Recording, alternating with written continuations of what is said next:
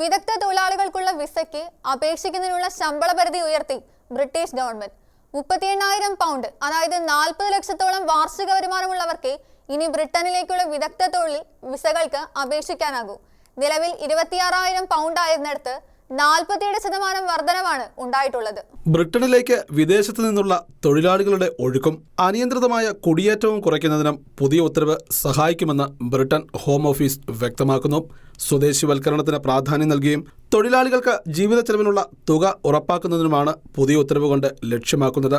2.5 million പൗണ്ടിന്റെ back to work പ്ലാനിലൂടെ ഈ തലമുറയിലെ British പൗരന്മാരെ വിവിധ ജോലികളിൽ പ്രവേശിപ്പിക്കാൻ ഗവൺമെന്റ് നടപടികൾ സ്വീകരിച്ചുകൊണ്ടിരിക്കുകയാണ്.